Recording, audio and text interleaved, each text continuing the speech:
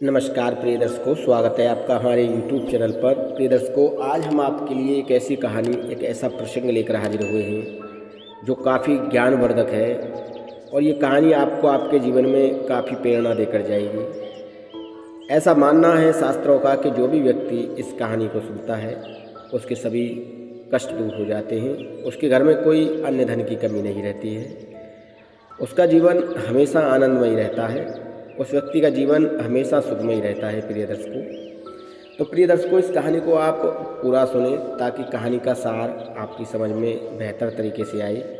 और इस कहानी का सार जब आपकी समझ में आएगा तब आप इस कहानी के सार को किसी अन्य व्यक्ति को भी बता सकेंगे। प्रिय दर्शकों, इस तरह की मोटिवेशनल कहानी हम अपने चैनल पर प्रतिदिन आपके लिए लाते रहते हैं और निरंतर आपके ज्ञान को बढ़ाने की कोशिश करते रहते हैं।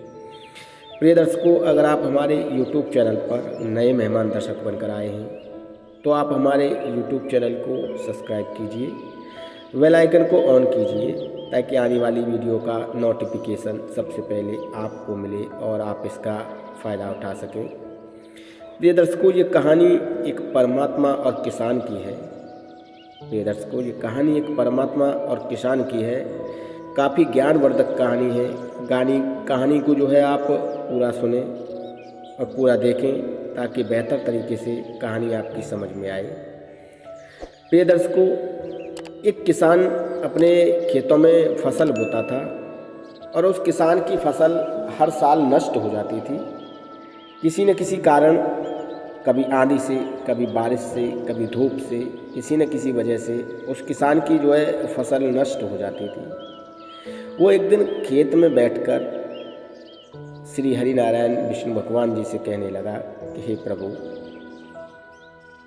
आपने कभी खेती नहीं की है, आपने कभी मेहनत नहीं की है, इसलिए आपको खेतीबाड़ी के बारे में पता भी नहीं है कि खेतीबाड़ी कितनी मेहनत और लगन से की जाती है।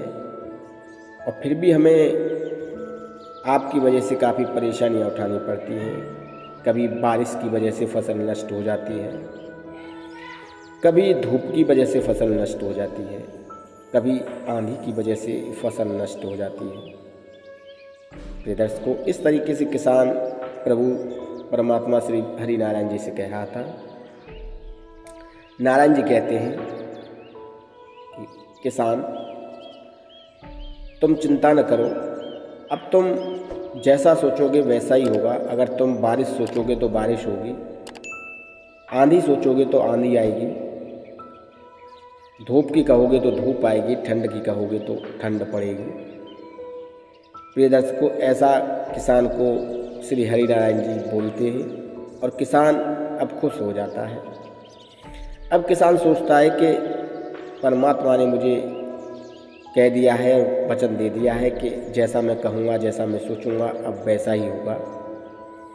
प्रिय दर्शकों, वो किसान खुशी के मारे खिलखिला उठता है और अपनी खेत में जो है फसल बोता है।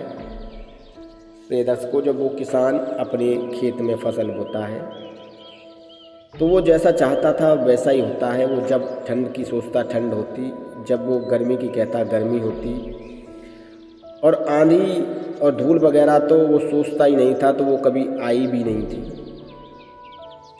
प्रिय दर्शकों, धीरे धीरे जब समय व्यतीत होता है, किसान की फसल पककर तैयार हो जाती है तो किसान बड़ा खुश हो जाता है, बड़ा मगन हो जाता है कि अब मेरी फसल पककर तैयार हो चुकी है और मेरी फसल बड़ी हो चुकी है और अब इस फसल को काटने का समय आ चुका है। प्रिय दर्शकों, वो किसान जो है फसल को काटने की तैयारी शुरू करता है और एक दिन वो किसान अपने खेतों में आता है और दराती लेकर उस फसल को जैसे ही काटने के लिए होता है तो वो अपने सीने पर हाथ रखकर बैठ जाता है और सोचने लगता है कि ये हुआ क्या। प्रिय दर्शकों, जब किसान अपने खेत की बाली में देखता है तो बाली में गेहूं का दाना ही नहीं था, सभी बालें जो थी वो खाली पड़ी हुई थी। किसान सोचने लगता है कि मैंने जैसा चाहा था वैसा हुआ। जब बारिश चाहिए, जब ठंड का सोचा ठंड हुई, जब बारिश का सोचा बारिश हुई, जब धूप का सोचा जब धूप हुई। फिर भी मेरे खेत की बाली में अन्न का एक दाना नहीं है। वो हरि नारायण विष्णु भगवान जी को कोसने लगा, सोचने लगा कि हे प्रभु, ये क्या लीला रची है, ऐसा मेरे साथ क्यों हुआ है। वो ऐसा हरि नारायण विष्णु भगवान जी से बोलने लगा। प्रिय दर्शकों, जब श्री हरि नारायण विष्णु जी ने कहा, किसान तुम मेरी बात ध्यान से सुनो, तुमने अपने पौधे को कभी संघर्ष करना नहीं सिखाया। जब तक पौधे संघर्ष नहीं करते हैं तब तक उनके अंदर ऊर्जा उत्पन्न नहीं होती है, उनके अंदर दाना उत्पन्न नहीं होता है। जब आंधियाँ आती हैं पौधे गिर जाते हैं और गिरकर वो फिर खड़े हो जाते हैं। उनके अंदर एक ऊर्जा का संचार होता है। वो धूप को भी सहन करते हैं, ठंड को भी सहन करते हैं, बारिश को भी सहन करते हैं। तब जाके उनके अंदर कोई दाना फूटता है। जिस तरह सोने को कुंदन बनाया जाता है, सोने को चमकाया जाता है, सोने को खरा अपनी कसौटी पर खरा उतरने के लिए आग में तपना पड़ता है, हथौड़े से पिटना पड़ता है, तब जाके उसका स्वर्ण निखरता है और वो तब जाके कुंदन बनता है और एक अनमोल रत्न बनता है। ठीक उसी तरीके से जब कोई मनुष्य संघर्ष करता है या कोई जीव जंतु संघर्ष करता है या कोई पौधा संघर्ष करता है, तो संघर्ष करते करते उसे ये समझ में आ जाता है कि उसके जीवन का संचार कैसे होगा, उसके जीवन में बदलाव कैसे आएगा, वो अपने जीवन में एक नई ऊर्जा का संचार कैसे करेगा। क्योंकि कोई भी जीव जंतु या इंसान या पौधा जब तक गिरेगा नहीं, जब तक खड़ा नहीं होगा, जब तक संभलेगा नहीं, तब तक उसे अच्छे बुरे का ज्ञान नहीं होगा, गलत और सही का भी ज्ञान नहीं होगा। ऐसा प्रभु उस किसान से कहते हैं। और प्रभु उस किसान से कहते हैं कि किसान, ये प्रकृति का नियम है।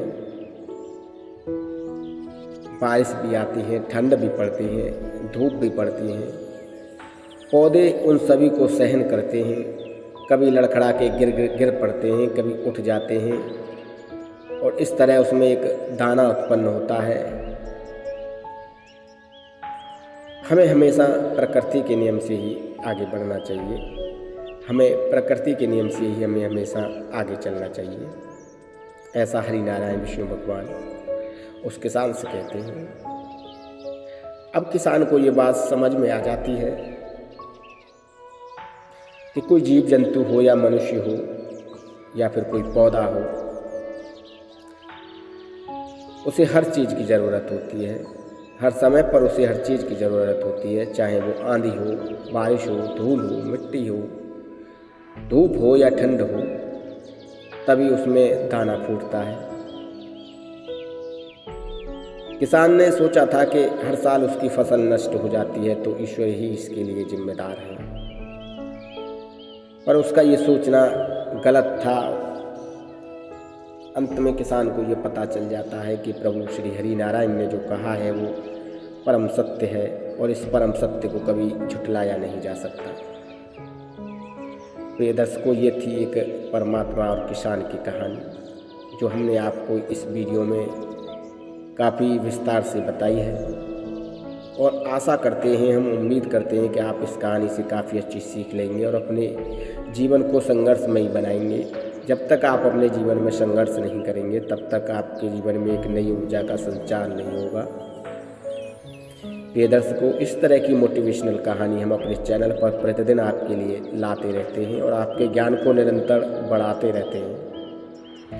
प्रिय दर्शकों, अगर आप हमारे YouTube चैनल पर नए मेहमान दर्शक बनकर आए हैं तो आप हमारे YouTube चैनल को सब्सक्राइब कीजिए, बेल आइकन को प्रेस कीजिए ताकि आने वाली वीडियो का नोटिफिकेशन सबसे पहले आपको मिले और आप इसका भरपूर फ़ायदा उठा सकें। और इस तरह की मोटिवेशनल वीडियो, मोटिवेशनल कहानी आप हमारे चैनल पर प्रतिदिन देखते रहें। दोस्तों, उम्मीद करता हूँ वीडियो में दी गई जानकारी आपको अच्छी लगी होगी। अगर जानकारी अच्छी लगी हो तो वीडियो को लाइक कीजिए, चैनल को सब्सक्राइब कीजिए और अपने दोस्तों में शेयर कीजिए। धन्यवाद। नमस्कार।